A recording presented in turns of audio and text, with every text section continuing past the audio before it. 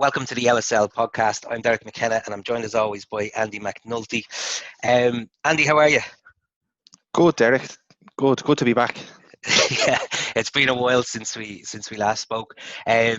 Before we begin the podcast today, we want to start with a disclaimer. The views of myself and Andy are not those of the Leinster Senior League or our respective clubs, and should not be taken as such.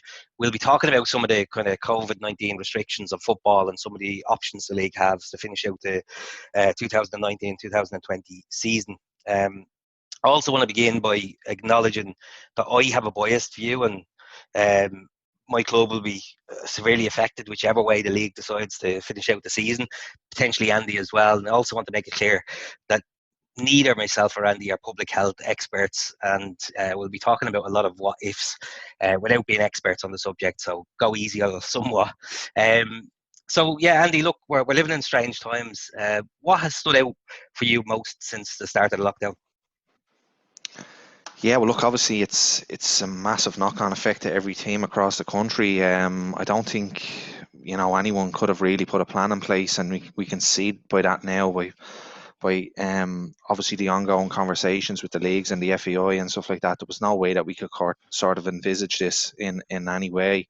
So teams have had to adapt, and it's been really great to see teams coming together and players coming together. Obviously, a major topic that was high on our agenda on the podcast and other conversations across social media was mental health, and that has really come to the fore during these times. And mental health awareness week and some of the tasks and some of the walks and the runs and stuff like that, the challenges that have come up have really brought the game together, and football in a whole has obviously been massively missed across the country, both professionally and in the amateur ranks. So it's been really good to see players, coaches, management, and clubs from across the country really coming together to help each other out with these challenges. And it's just a small thing, but it keeps everyone active. Obviously, everyone's missing playing football, but while we can't play football, we can still keep everyone active, everyone's mind active, and body as well. Like, all of these challenges, they've been absolutely fantastic over the last 3 months or however long it's been, and it's been really a breath of fresh air. Yeah, I think definitely at the start of the lockdown, as people adjusted to being stuck at home, there's some brilliant videos that emerged on social media. Young kids doing different challenges with footballs, and you could see that kind of sense of everybody adjusting to what was going on. And then I think as the time has progressed, you've seen, especially as people were allowed kind of outdoors a little bit more, kind of challenges where people were raising money for charity, which has been excellent to see. I've also kind of loved to see the way teams have adapted to try continue training, but not together. So I know a lot of clubs are organising, kind of downloading apps like the Nike Run app and stuff like that, so everybody can track each other's progress and make sure the team are contributing to the overall training. Everybody's getting their bit done. And then obviously it feels like over the last couple of months that everybody's using Zoom. Of course, myself and yourself, Andy, are well used to using Zoom, but it feels like everybody's using Zoom nowadays. And we've seen a lot of Zoom workouts happening, where clubs would hire in perhaps a personal trainer to provide a Zoom workout online. So that's been brilliant to see. So it's great to see the way people have adapted to the lockdown. But also, I think it's kind of, it's definitely evident that everybody is really, really missing football. I think what kind of symbolised that for me was everybody watching the Bundesliga a few weeks ago. It was mental. They reckoned like there was probably 1 billion around the world watching one of the first Bundesliga matches get back. So it shows you that everybody's missing football, and everybody's looking forward to getting back to it. But I think what we will discuss a little bit later on is the pathway for getting back there. And obviously, in the current situation, there are some people who won't feel safe, and rightly so, won't feel safe about going back playing football at the moment, but potentially in the future that's something that we can look towards doing. But yeah, I think that's been really interesting, the way everybody's going to come together at a distance over the last couple of months, to stay somewhat involved in football, but also kind of doing that at a distance. Any other things that have kind of stood out for you over the last kind of couple of months, Andy? Yeah, well, look, obviously, everyone's missing the football on the field, but I think as well that sort of goes a little bit overlooked, and you possibly take it for granted a small bit, is the dressing room, and the community that the volunteers, the people around on a match day. I've really missed that now. I have to be perfectly honest with you. It's just you can't replicate it. Mm-hmm. It's a situation where you look forward to. I certainly look forward to arriving up to the Red Cow on a Sunday morning, shaking hands with all the volunteers, asking them how they get on over the weekend, and then when you go in, you've the half an hour before the managers name the teams and go into the tactics and whatnot, and you kind of that sort of the cliche, the football dressing room banter. You really can't replicate that on Zoom or on the WhatsApp. So they're the sort of things that I think a lot of people are missing. I know I am for certain. But they are another. WhatsApp and Zoom are another channel of sort of keeping in touch, make sure that everyone is okay, and that they're still ticking along at home. Obviously, they've family responsibilities and stuff like that, and some are still out working on the front line, which is fantastic to see. But it's one thing that I just found that I missed absolutely drastically. It was that Sunday morning feeling down at the Red Cow and just getting everybody around and having a cup of tea before kickoff, and that's a big thing for me, I have to admit. Definitely. I think anybody who kind of says that their mental health hasn't been impacted by the whole lockdown is perhaps for lying a bit, because I think having the whole social aspect of not just football but life taken away from you like that obviously has a huge impact. And then obviously the levels of anxiety for a lot of people kind of coming to terms with a kind of a deadly virus out there and stuff like that. So obviously mental health is a really important thing.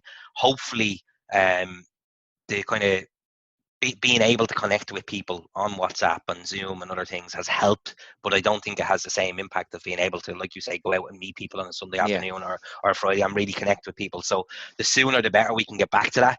Obviously, it's going to have a hugely beneficial effect on people's mental health as well.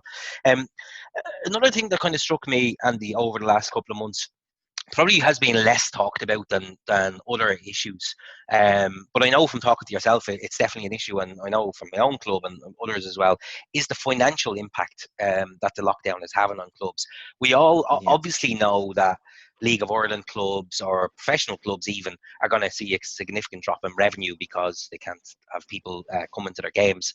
But I think from an amateur perspective, a club's ability to finance itself through whether it's club lotto or even taking for the higher level clubs, taking a gate receipt where you might get a few people through the door, or even selling cups of coffee at a match or whatever the case may be.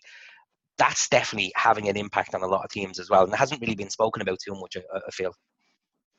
Yeah, 100%, Eric. I know I can only speak for ourselves, and we've had a challenge. Obviously, we've had to contact a list of our creditors, our utilities, and a number of different other overheads that we have. We had to do that because there's just simply no revenue. Our revenue is football gates and our function room through the bar. We don't have that now. Now, we still have rent. For those that aren't aware, we actually still rent from landlords. We have a 30, 40-year lease on that property. So we still have to pay rent. And unfortunately, landlords as they are, they're not too forgiving. They still want their money in the bank. So, that's still a large amount of money that needs to be paid on a monthly basis, on a quarterly basis for ourselves. But we still have to make sure that we're providing that as well, because you don't want to get into a sticky situation where all of a sudden you're in a dispute with your landlord. So I'm sure we're not the only club in that stance. But as you say, the club lottos have taken a massive hint. Now I know the likes of Club Force and stuff like that have the facilities online to do it now, and I know a lot of clubs are pushing that. But a lot of clubs rely on their paper ticket sales in the local Definitely. pubs and clubs, and on a Sunday morning when there's a crowd there from their members. So you're going to miss out on massive revenue over the next 3 to 4 to 5 months, and probably future, because like I'm even looking at, even if we can start kicking the ball again, it doesn't necessarily mean we can open the bar. So all of a sudden, our gate receipts then have to be very, very stringent. We need to be collecting on the gate for everyone that's coming in, and we can't be relying on the bar. Yeah. So for in a intermediate game, you're probably looking at anywhere between 300 and 400 quid for a home game on a normal day. A lot of people don't understand that, and you know yourself the challenges that you have collecting money on a match day from subs and stuff like that. It just doesn't happen. So that's just a little bit of a financial background in some challenges that clubs will have. And I know for a fact, because I've spoken to a number of people involved in clubs around the league, they are struggling. And I would be very, very surprised if you wouldn't, if you're not going to see at least one team go under as a result of this period. Which is, it's terrible to see, because we've seen in big huge clubs wasting away over the last few years, and they're gone now. They don't even exist anymore. So to lose a team, it's actually heartbreaking because of Definitely. this. And we hope it doesn't come to that, but they're going to be scrambling with ideas, trying to do what they can fundraise. But there's only going to be such a pot to pull from. Like, you think of your local sponsors now, Derek. They mightn't have the few quid anymore to give you that 1 or 2 grand that they would have given you religiously every year, to pay for jerseys, or to pay for insurance, or whatever it may have been. They mightn't be making that money anymore. So, especially with the likes of the pubs. Like, I know a lot of football teams historically have relied on the boozer. When you go back, you have a few points and you build that relationship with that pub, Mm. and they'll throw you a few quid every year. Are we going to be able to do that in the future? I don't think so. Now I'm wrong, and I'm hoping we're back to normal pretty soon. Yeah. But again, this is what you said at the start. There's a lot of what ifs, that need clubs need to adapt, basically, is what I'm trying to say. And they need to come up with initiatives and different ways of financing the clubs going forward.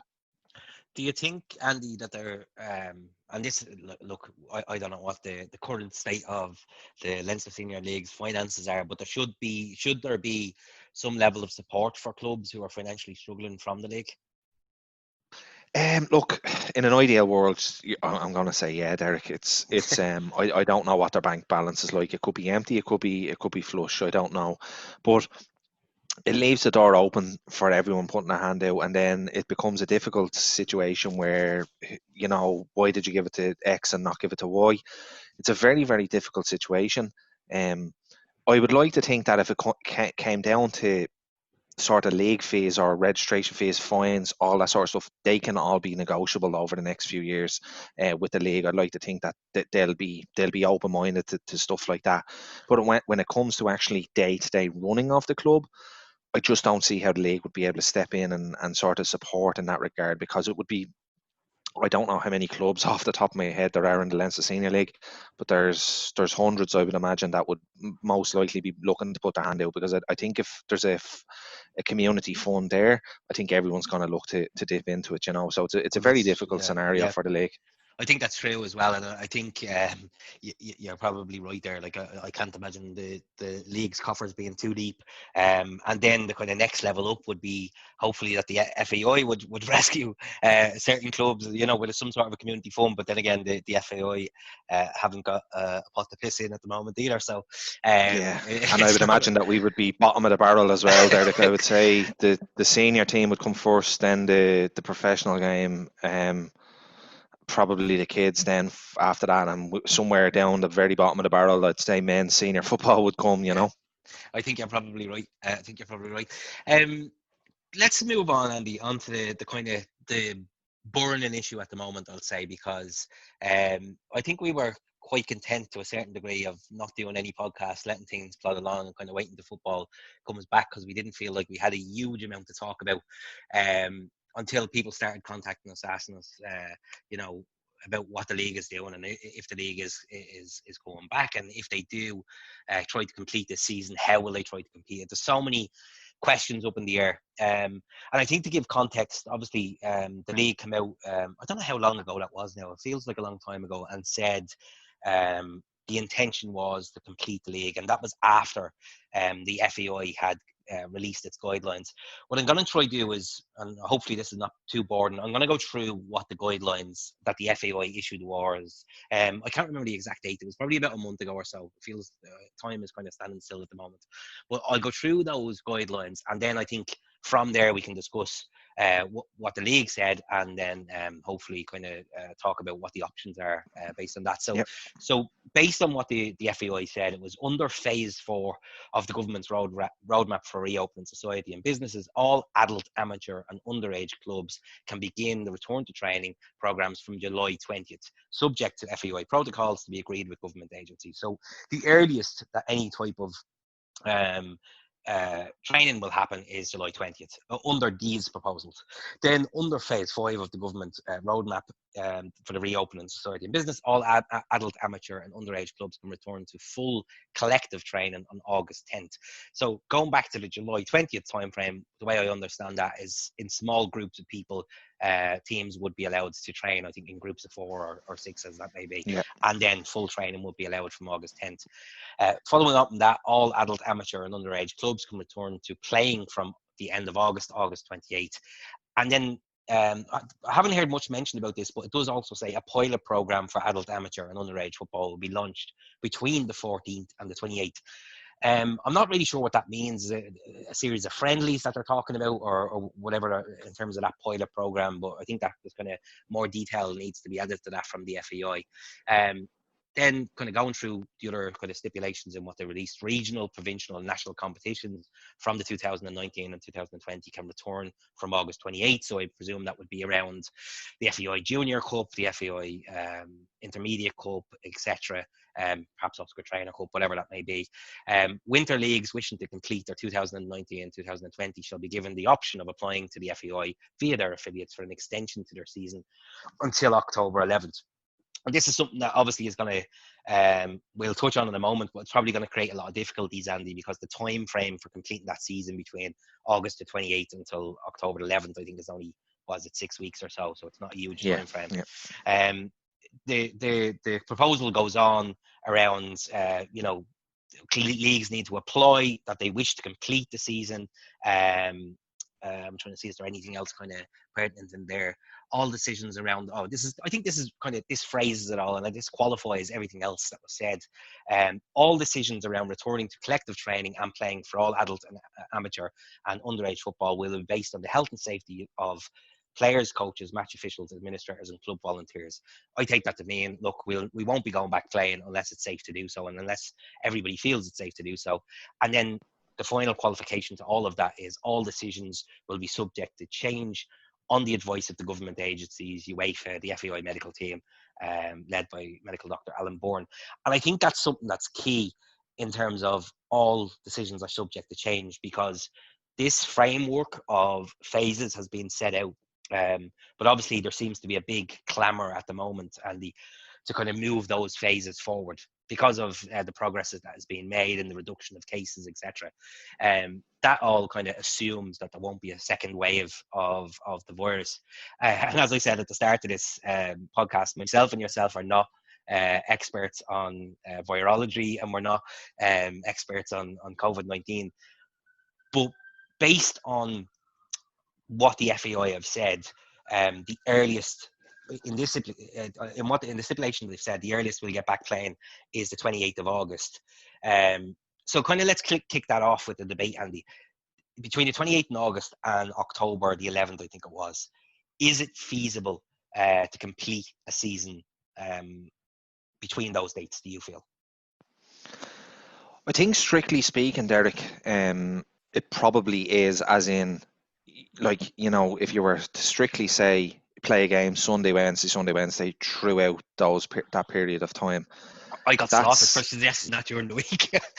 Yeah, now that's me just like putting a very, very broad sort of statement on that. From a playing point of view and from historical sort of experience in the league, I would see that to be very, very difficult, given you know, the weather in Ireland, the quality of the games that may or may not take place in those 6 weeks. There is a multitude of different reasons why, you know, the fixture secretaries on any given week will have difficulties of arranging, moving games, organised referees. There's a number of different things that have to kind of fall into place in order for these fixtures to happen. And I just don't think there's enough information about that at the moment to be able to say whether it is possible or not. I'm just giving my opinion. I would see it as a player, strictly with my player's hat on, it would be very difficult to maintain the level that you would expect to play with your club for that such a short period. And the reason I say that is historically, if you look at the midweek madness that comes up between April, May and June, when the mid-season games come up, it's sort of spanned over, you might have a midweek game every second week. It's not every week, unless you're really, really backlogged. And it does have a detrimental impact on the results, in my opinion, because, like, again, just speaking strictly on my own experience, I've lost leagues and I've won leagues based on those timeframes across April, May and June. We've lost a 15-point lead in, I think, 2011, and Wayside caught us up. And equally, you could look at their run. They went on a run of, I think, 10 or 11 wins in a row. So it has pros and cons to it. It really depends on what side of the fence you fall. I'm trying to be as objective as I possibly can about it, but just based on my own experience, I just feel the quality of the games lessens when they're in quick succession. And what happens is you get these freak results where, you know, bottom of the table will be top of the table 5-0, and you're going, where did that come from? But it's just because the top of the table team you just catch them napping or whatever it may happen. Does that not create excitement though, Andy? And I'm playing devil's advocate here. Does that not create an exciting like if you're cramming all of this into 6 weeks, does it create a lot of excitement around what's going on and kind of create a buzz around football again?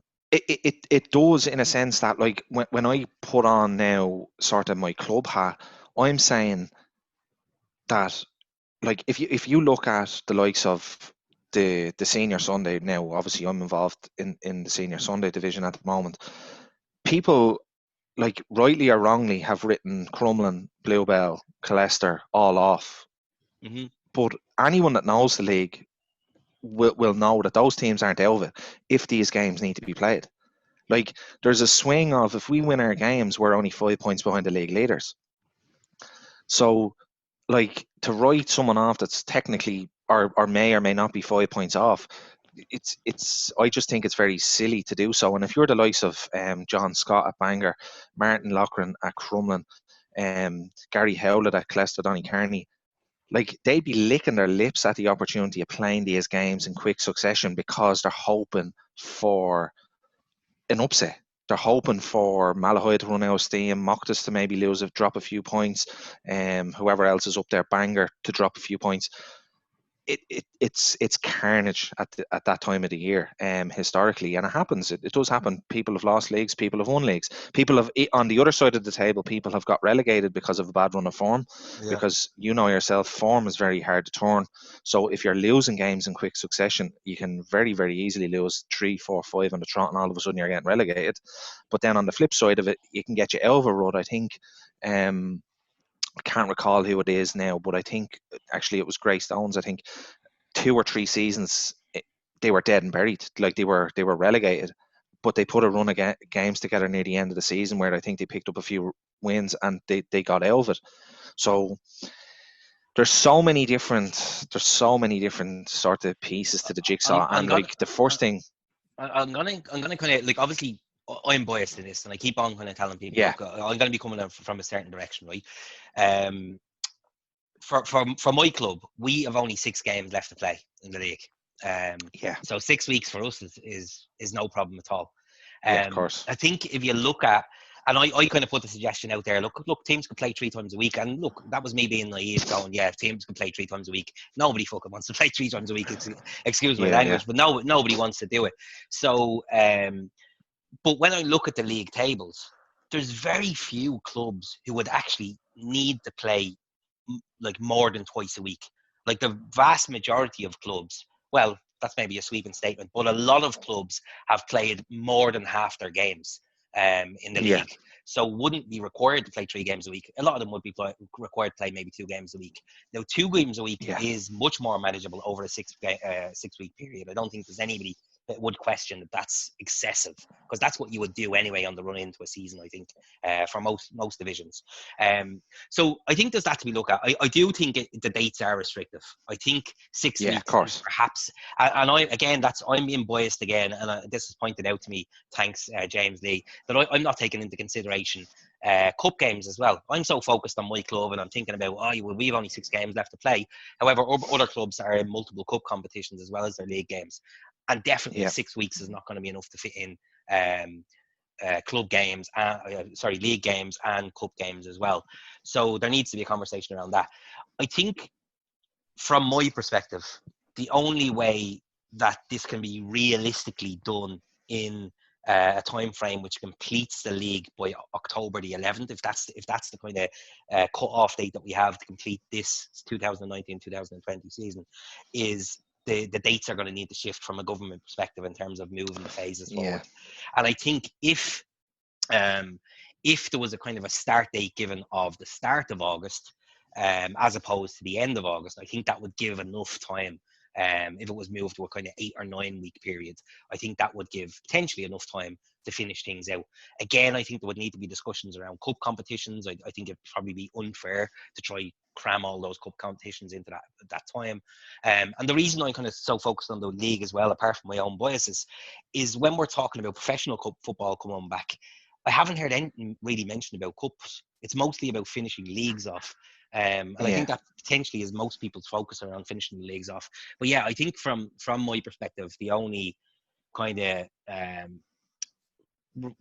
realistic is probably the wrong word, but the kind of the best way to do it would be if we don't have a second wave of this virus, if everybody feels safe to go back, and if we can get back by the early part of August, I think then that's a realistic time frame to be able to complete the leagues. If it's if it is the end of August that we're getting back, I think it's going to create a lot of difficulties. You mentioned it yourself around fixtures. I think, and this kind of gives me a nice way to move on to one of the potential kind of outcomes of how leagues are completing seasons. Like, look, we've seen a few different leagues take different approaches. The AUL have gone down to the points per game, or PPG route, and we'll talk about that in a few moments. But what we both thought was quite innovative the other day was the Sligo Leitrim District Soccer League statement that they came out with the other day, which kind of, it's interesting. I I don't know whether it's completely fair as well, Andy. And where I'd say it's not Yeah, fair is if clubs, for a genuine reason, or players for a genuine reason, don't feel safe going back to football, to kind of force their hand in this way, maybe doesn't seem fair. But yeah, yeah, on the other hand, it does, and we'll talk about what their proposal is in a second. But on the other hand, it does kind of force teams to um, kind of shit or get off the pot, if you know what I mean. Like, it's yeah, kind of, absolutely, yeah, yeah, yeah. go ahead, give us your intentions. So what the club, what the Sligo Leitrim League are effectively proposing, and forgive me because I'm trying to read this off a sheet, is it's essentially giving clubs the option of choosing either a yes or a no on whether they want to complete the league. And it's saying basically where a club marks yes, they're committing to continue to play all the remaining games. And where a club marks no, they're forfeiting the remaining games. What that essentially means is if games are forfeited, the opponents will receive a 3-0 win. Where both sides have indicated that they don't want to complete the league, and it's a forfeited fixture, it would be a 0-0 draw. So if it's a straight choice between yes or no, where a club forfeits and there's no penalty or fines, there's no penalties or fines imposed. It's just you're allowed to forfeit the game, but you have to indicate that at the start. Look, you either decide yes, you want to continue the league, or no, you don't. And then it also says where a club indicates yes and fails the field, will face full disciplinary rules. So you can't decide, yeah, we want to continue the league, but then not show up. You're going to be fined as normal as you would be in any league. And it does say also games will be played midweek and weekends with no cancellations. What's your opinion on it, Andy, on that proposal? On this particular proposal, Yeah. I I find it both sort of it definitely, you mentioned it there, it definitely calls the bluff of anyone that is sort of saying, oh, we're in a position here that we might be taking advantage of a forfeit season or a null and void season. And or if they're saying, well, look, we don't want to go back due to safety reasons now, but we might want to go back in a couple of weeks for a new season, that definitely calls the bluff of those clubs. The issue I suppose have is, and I haven't really got a major time to sort of divulge the ins and outs of it because I'm not familiar with the league, but I would imagine that there will be some teams that have not played at all in their season, and one will have forfeited. So that's an automatic 6 points to that particular team. Mm-hmm. That could sway the leagues like drastically, depending on the current layout of that league. As I said, I'm not familiar with it, so I don't know if 1 or 2 or 5 are thinking of doing that. Yeah. I also don't know how many are in the divisions either. So I don't like what happens if 5 say yes and 5 say no. Do you finish out the 5 that are remaining? I don't know. Or is it kind of capped at has to be, like, it doesn't say it has to be over 75% of, like, there's no sort of criteria set out for it. It's very blunt, isn't it? It's like, look, yes or no. You either want to continue or you don't. And in some way, I kind of like that, but there's no ambiguity about it. It's either you want to finish it or you don't, and if you don't want to finish it, but if what happens if there's 10 in the division, Derek, and 2 of them say they want to finish it and 8 say no? Yeah. Do you know the two? Yeah. You know what I mean? Like, what happens there? Like, do they see it out? There has to be some idea of, like, there has to be a minimum criteria for it to be seen out. Like, I just can't see if 50% of the league decide to pull out. I just don't see how that will work, to be honest with you. I think you'd have to be only dealing with 1, 2, or 3 withdrawals for it to be viable, I suppose. But it is an interesting take on it. It's sort of, it's a different take on it, and it's been interesting to see that different leagues across the country, which, whether it's good, bad, or indifferent, I don't know, but clearly different leagues have different opinions on what should be done. And I don't know what that's a reflection of. But I mentioned, like, obviously the AUL going with the points per game, Sligo Leitrim going with this approach, and the LSL going with the one of the few potentially to be the let's wait and see what happens. Yeah. Can I ask the question? Was the LSL right to take this approach of let's wait and see? I'll give my own opinion first before I answer it. Yeah. I'll ask you the question. I think they are right to do it because I think if you asked this question 2 months ago, everyone would have said, are you mad? There's no way we're going to be back playing football by this time. Yeah. However, the way the kind of virus has progressed at the moment, I think it was 10 new cases today or something like that. Like it's kind of, it seems to be going in the right direction. As I said, that's barring a second wave. So I think the wait and see approach is potentially the right one. But why have, or why the LSL right to take that approach, do you think?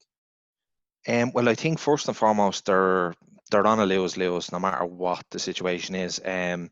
They'll be criticised for waiting, or they'll be criticised for blowing it up now. Yeah. So in that regard, I don't envy anyone that has to make that decision. So like, that's sort of me saying, look, it is a difficult decision. I understand. Like, a lot of people have said that, like, I don't know where it's come from, because I haven't voiced my opinion one way or another online or on Twitter or anything like that. But some people have said to me, Jesus, you're very anti return to football, aren't you? I said, well, where did you get that from?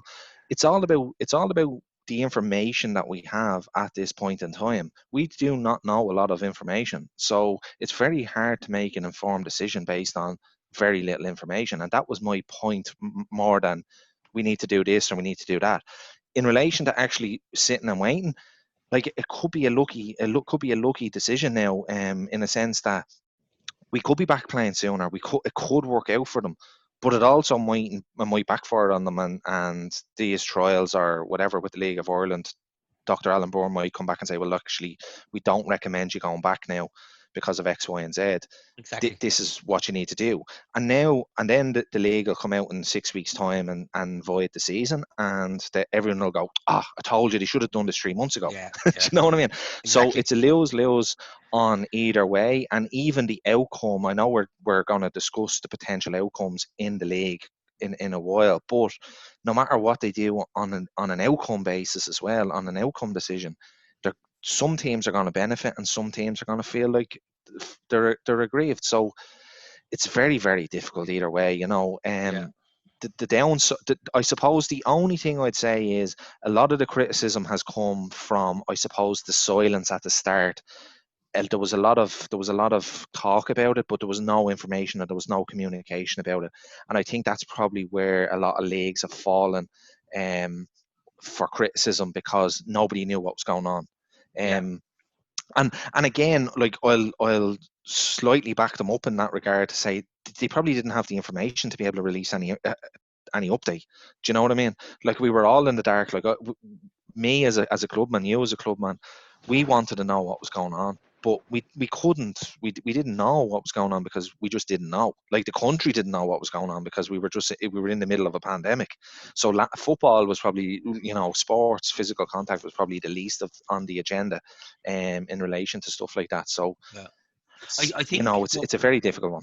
What stood out for me, and I think when the league made its announcement, I think it was, the 16th of May, I think they made the announcement. And what stood out for me, where they said, look, it's our intention to complete the season.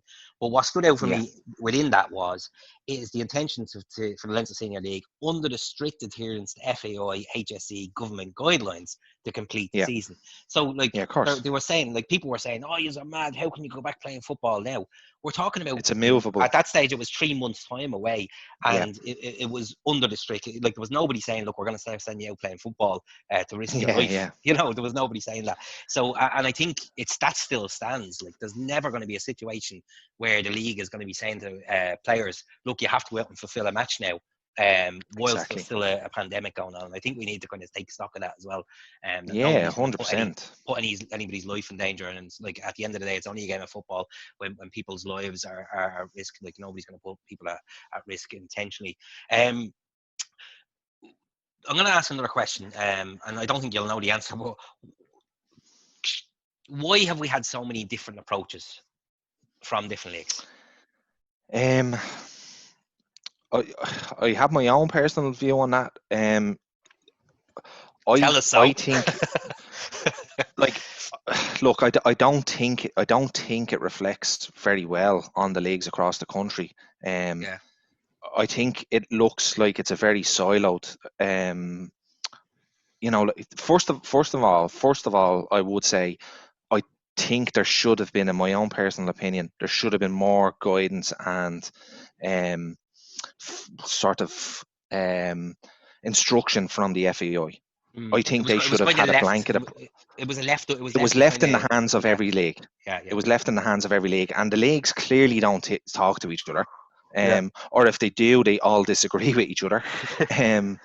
So, like, I don't think that really looks well for the amateur game. That there is such a difference of opinion across the nation. Like, there has been so many different outcomes across the country of the leagues that, it's actually mind-boggling. To what's going to happen. Do you know what I mean? Like, because there was assumptions that just all football was going to be scrapped, and yeah, it was going to be this, it was going to be that, and then some leagues came out and said, well, we're thinking of playing, but we don't know yet. Some leagues said we're going to do PPG. Some leagues just scrapped it completely. I think the Munster Senior League just came straight out and said, yeah, that's it, it's done. yeah, That, yeah. like, I haven't heard anything else. I've been trying to get further information to see, like, our promotions and relegations, is it just as you were for next season? I don't know any of that information. I'm sure the clubs have probably been communicated with, but I haven't managed to get my hands on that sort of information yet. I'd love to know. I'm just a curious person like that. I'd love to know if the league is null and void, what actually happens. Yeah, Um, definitely. and again, different leagues will probably have different approaches. So, like, the Munster Senior League might say, as you were, the Leinster Senior League might null and void and go, yeah, look, we're actually going to promote, or we're going to relegate, or we're going to do this, or we're going to do that. We just don't know, because it's just so variant across the country. It is amazing. It is, but it just goes to show that, I don't know, is there like an amateur board? Is there an amateur football There's a board that junior these council. heads get? There's a junior But council do they which talk? covers amateur football in Ireland. So that's But the is FAI that junior not council. mainly? Yeah, that's mainly like FAI, isn't it? So, like, that sort of, that would be directed by the FAI, I would imagine, heavily in their Well, favour. well, So as far as I understand, there's representatives from different leagues on that FAI junior council. So look, there could be. Yeah, I'm not familiar with it now. yeah, I kind of agree with you. Like, look, there should have been a little bit more direction, perhaps, from the FAI, as in, here's what we're doing here, and like, perhaps they should have said to all leagues, look, um, in an ideal world, we'd be back playing football on August 28th, and that's the decision. Or, like, Yeah, they probably shouldn't have given leagues the different leeway. But then again, that's probably not legal. I think under all the league structures, they probably have their yeah. own decision making process, and Yeah, they have they're their own entitled. constitutions and laws and stuff like Exactly. that. And, like, in fairness, it probably protects them 9 times out of 10, because it means that the FEI can't come down and enforce, like, decisions on them. Mm. But I just think, if there was a little bit more look, I'm guessing that there was no conversations, because it doesn't seem to me that there was conversations being had when there's so many different opinions and outcomes of it. Like, I would have thought that if you get everyone in a room, you propose two outcomes, and there's a majority vote on one, um, I would have thought that would be the way to go, Mm. but Yeah. that could be a very simplistic view of it, Derek. Now, I don't Yeah. know. I'm not too familiar with the process, so I could be kind of speaking out of turn there, not knowing it Yeah. completely. But So look, we've looked at the possibilities of returning to football, and obviously that's still a potential viable. That seems to be the route that we're going down at the moment, based on the yeah, latest communication from the league. Obviously, that can change. There's so many different factors that can change that. We could move forward in our time frame, or we could have a second wave, and we're all back on lockdown again. Another possible option, if the going back to football, as in going back on August 28th, is not a viable option, essentially then I think there's two options. There's the PPG, or points per game option, or there's the null and void option. On the yeah. points per game Can I option, just go on, yeah, just before we get into that, do you mind if I just throw in a little caveat for if we are going back to play? yeah, sure, Okay, I just, in my own opinion, I think if we do go back playing, I think there needs to be an agreement in place that if there is a second wave, or if there is another instance where we have to cancel the football, that if there's a percentage of games played, we can go down the PPG route, or if that percentage hasn't been hit, it's null and void. Or a third option is that if we do not know a time frame that we can get back playing again, then for a third time, let's say, that a decision has to be made, because we can't forever keep getting these waves and keep postponing football and still playing the 90 and 20 season. Yeah, You know I what I think mean? you're right. Yeah, yeah, There has to be a point in time where we say, right, look, this is not working. It's gonna fucking it's gonna mess up all future leagues. See, this is the thing that I have a big opinion on, is that if for whatever reason we decide to play out this season, okay, hmm it's not just this season that's going to have a knock-on effect. It's going to have it's going to have a knock-on effect to the beginning of the next season. Like, you think managers, coaches, players have 1 week to prepare for the new season. yeah, definitely. You know what I mean? And that's And that's all like, so much up in the air around where there's transfers come into that. exactly. There's so many different things that need to be discussed, and I honestly, I think we would need another podcast to discuss, because 100%. there's been so many different, which I hadn't been thinking about either. Like, because in my head, completing this season, I'm thinking to myself, yeah, we have the same team. Why would anybody want to leave us? We're fighting for the league. But then there might be other Yeah, clubs who are not challenging for anything, and who have players who want to leave them and want to sign yeah, for another club. Are they going to be allowed to sign from what's the normal transfer season? Probably around about June, July time. So I yeah. think all of that needs to be clarified as well, and it's probably outside the remit of what we're going to discuss today. But they're valid points. 100%. I think, like, there's so many different things up in the air, and there needs to be Yeah, clear communication that whatever decision is finalised, that there are what ifs within that. So if we don't yeah. complete the league, here's the what if: we go to And I PPG or we did go to just want to, Multiwide. Yeah, exactly. And I did want to just throw it out that any decision that's being made, you have to factor in the consequence to the following season, yeah, I in think my so. opinion. Yeah, Because I there's no don't. point messing up 2 seasons. Like, Yeah, I think we were saying that, that we don't know if we're going to get a second wave. So if we start, let's say if the decision is to null and void and start a new season, and we get a new wave, then all of a sudden you have 2 seasons that have been scrapped. yeah, Do you know what I def- mean? So there's all these different things. But again, as you say, that could probably be a whole podcast on itself. yeah. Like, look, I think there's so many different questions around that, and I think no matter what happens, next season is going to be impacted as well, because I don't think you can start the season in October. Yeah, And because, look, fitting a normal season into the regular normal season is always an issue with, it's tough enough. like, yeah, so it's going to shorten that season. Maybe they'll have to cut a cup out or two, or there's a whole host of different things in Yeah, which they could potentially reduce the season time. Um, there's two things that come to mind around. Like, let's talk about PPG, and I'm going to let you yeah. talk about what that is for people who don't know what it is, because you're our resident stato, and you can definitely talk about it better than I can. Yeah, Yeah. Well, talk about it first, and then I I'll sort give a of. couple of different implications of it. Yeah, well, look, I kind of lit a fire under this unknowingly.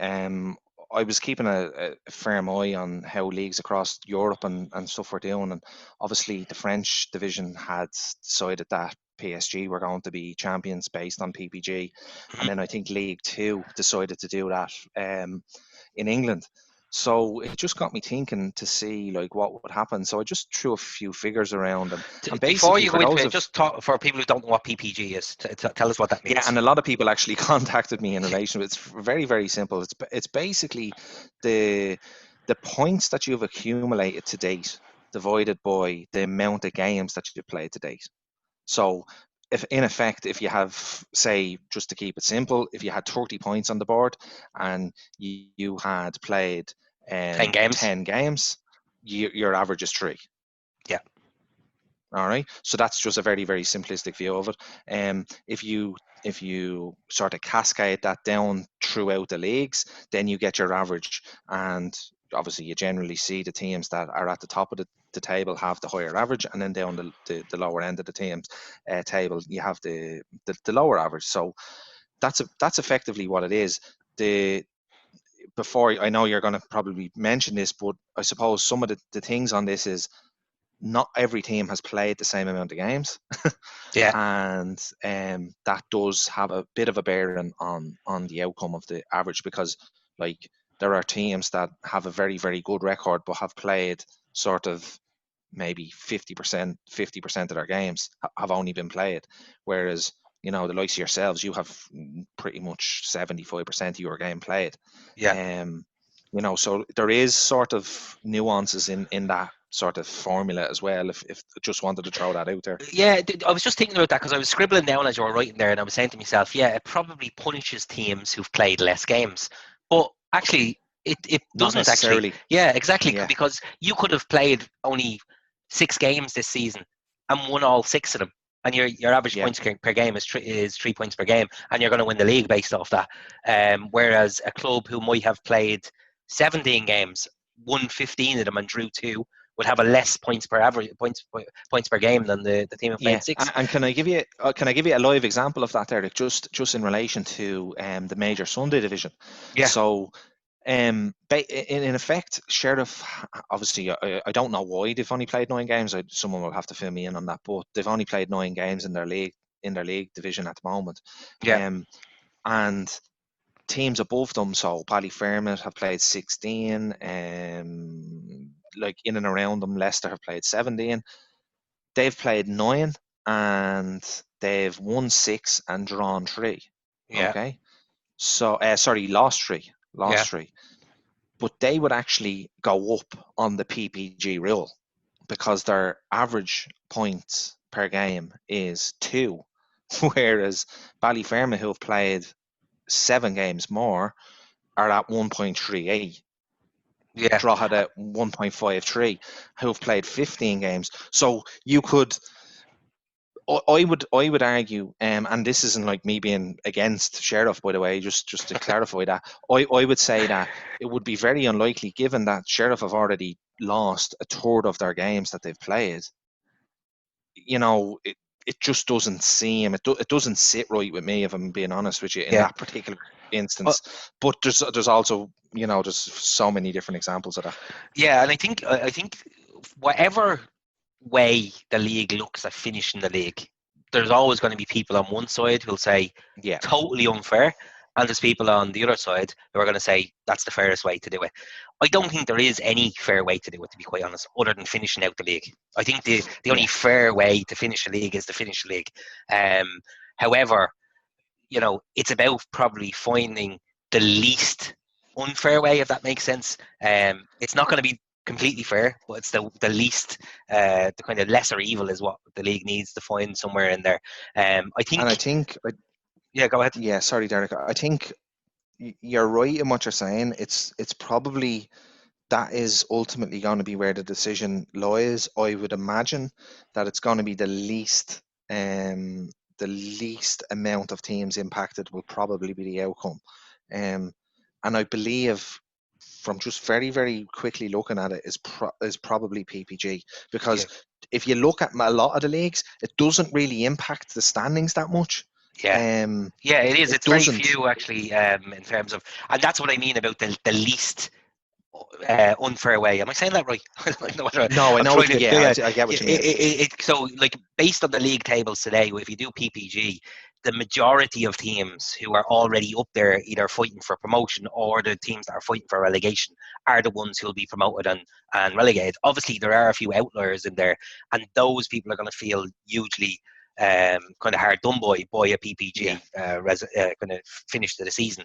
However, it may be the least unfair way of doing it.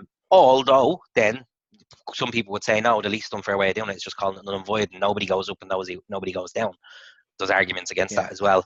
Well, you see, that's it exactly, because if you look at it that way, I suppose by a null and void decision, right, the only people that are sort of impacted by that negatively are those that are in promotion places. Yeah. All right. So, that's, if you want to be strictly speaking, it's 3 teams per division. So it's a lot less. But if you do a PPG, 9 times out of 10, or maybe 8 times out of 10, there's probably 2 teams already relegated. Do you know what I mean? Yeah. And the PPG only pulls 1 and maybe reverses decision in 1 case. Yeah. So I think you're right in what you're saying. It probably is. Although, just to qualify what you said there, just around, there's only 3 teams impacted. There is only 3, because 3 will go up. However, there may be 6 teams fighting for promotion, or 7 or 8 in some divisions. So, the club in 6th or 7th spot may still fancy their chances of 100%. Of going up. So there's kind of different ways of looking at it there. But I don't look. It's a difficult decision, whatever the decision is. But here's something I've been thinking about as well. Who should make that decision? Um, should it be put to a vote of all clubs, or should it be a committee decision from the LSL? And I'll tell you what I think should happen. I think it should be a committee decision, and here's the reason why. If you put it to the vote, like you mentioned yourself, the majority of clubs potentially would benefit uh, Yeah, not going null and void. PPG, null and void. Yeah, yeah, In the sense that only, like you say, only the ones fighting for promotion or a league title would be beneficial. So if it is put to the vote, do we go with PPG or do we go with null and void? I feel like it's probably going to be a null and void season, and that's going to punish those who've had a really good season. As I said, like ourselves, we've played 20 of our games, we're already 15 points clear. Other teams have games in hand on us, but we're like in a really good yeah. position. So it punishes the ones that have been successful this season and kind of rewards the ones who've had a pretty bad season if they're sitting in at the bottom of the table and they know they're not going to get relegated by a null and void season. That's the key to that's my exact feeling on it, Derek, is that I think a null and void season rewards the lesser performing teams more than it does the better performing teams. And that's just my own personal opinion on it. I'm not saying that's the way we should go or shouldn't go. I'm just saying that has to be factored in, because you could have, like, you're going to have I'm just throwing averages out here. I would imagine a 60-40, 70-30 in favour of a null and void. The only teams that aren't going to want a null and void are maybe 4 or 5 teams that are fighting relegation, going for promotion. Promotion, exactly. Yeah. So, so I would say it's probably 60-40 in favour for a null and void in most divisions, I would say.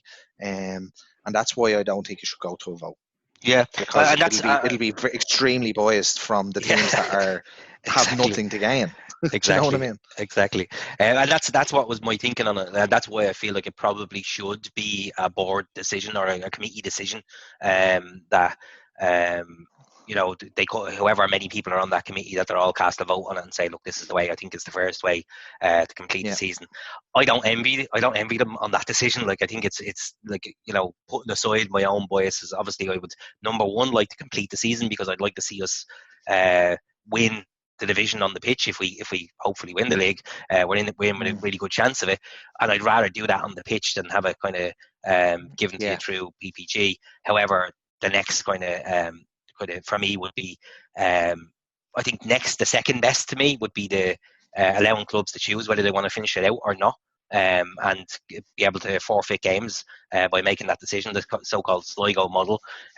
Number 3 then would be PPG, and then number 4 for me would be null and void. But look, we have to acknowledge everybody's going to have different opinions on this. I'm sure myself and yourself, Andy, will probably get slaughtered online for putting forward our opinions. But as I said from the start, I'm biased in this, and I've always said that. I would probably have a different view if my team were sitting at the bottom of the table now. I'd probably be calling for null and void. Do you know what I mean? And that's what I've noticed with a lot of people. When I'm looking on Twitter, everybody who's wanting to resume this league is in a position in their respective league of getting promoted. Everybody who's calling for a null and void seems to be those teams who've had a pretty bad season so far, and they just want to kind of null and void this one and start the next one. I get where they're coming from. The rose-tinted glasses have to be sort of taken off those particular decision making. Like we mentioned already, I think it probably needs to come down to a committee vote. And look, I don't know how that sits with other clubs, with other managers, with other coaches and players. And I just think it's very, very difficult to get that outcome that's going to suit everyone. There's no win. There's no one scenario.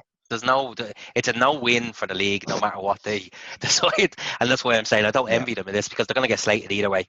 They if I was on that board, I'd be cursing the FAI, just saying, why didn't they come down with a blanket and say no more football?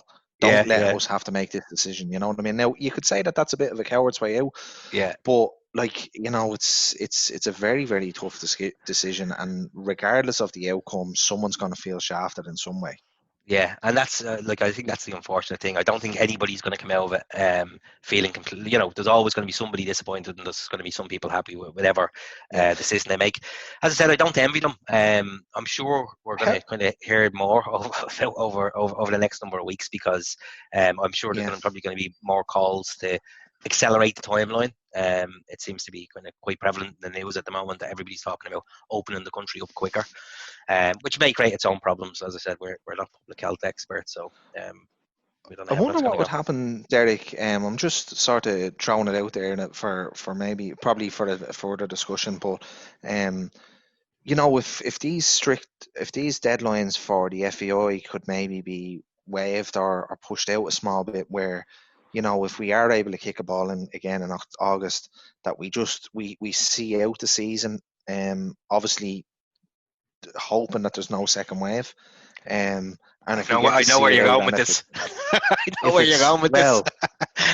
if it's October, November, and then we resume or commence the new season when we get to commence it in maybe February, then we're looking at the dreaded summer football topic.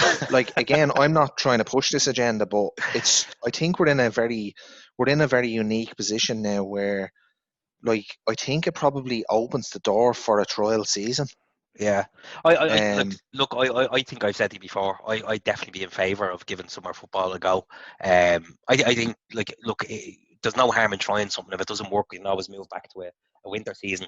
I think you're probably right. This creates a perfect opportunity to do it. But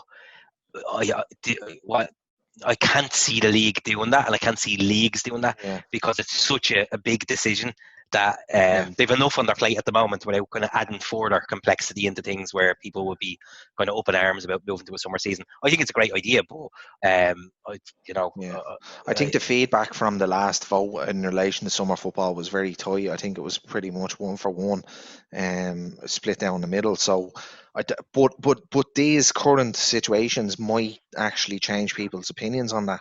So that could be an avenue that is investigated. Look, again, I'm sure we're not privy to the conversations that the leagues are having and the meetings that's taking place, but I'm sure that these conversations are happening with Dave and the lads on the committee. It's just one of those things. It's just throwing out another option of potentially but I just think again, without going into it in too much detail, if we do get to see this season out, I just think it puts a massive strain on the following season straight away. Yeah. And maybe you're right there in the sense that because it's putting massive strain on next season, they're going to have to do something with next season anyway. If they're intent on finishing this season out, something's going to have to happen with next season, whether it's cutting the number of games, cutting the cup out, or moving to summer football. So maybe that is part of the conversation that needs to be had. I think I love the idea of the SPL split. Yeah, I do love the idea. Yeah, it's an option as well, and I think as under the current FAI guidelines, it's not an option because they've been quite prescriptive in terms of if you want to finish out this season, it has to be done by October. But like I say, there's so much going to happen between now and then. Look, we're kind of living decades in weeks at the moment. Like there's so much changing and so much going on that who knows what's going to happen in a month's time. Everything could change. So I think there's a lot of interesting debate over the next couple of months. I don't know when we're going to be back on the podcast, Andy, because we'll see what the reception is to this and the reaction to this, and if we get enough traction, we'll maybe do a follow-up. Exactly. I'm sure once there's something official out there from whether it's the FAI or the league as well, we'll definitely come back on and talk a little bit more about it. We're kind of hitting the hour mark now, Andy, so we'll wrap it up. Thanks for your company as always. It's been great chatting with you. Kind of missed the old chats. So it's kind of good to be back. It's nice to be talking about football again, as opposed to everything else. But look, great to have you chatting away tonight, and I'll look forward to chatting to you again soon. Thanks. Take care of yourself. Cheers, Andy.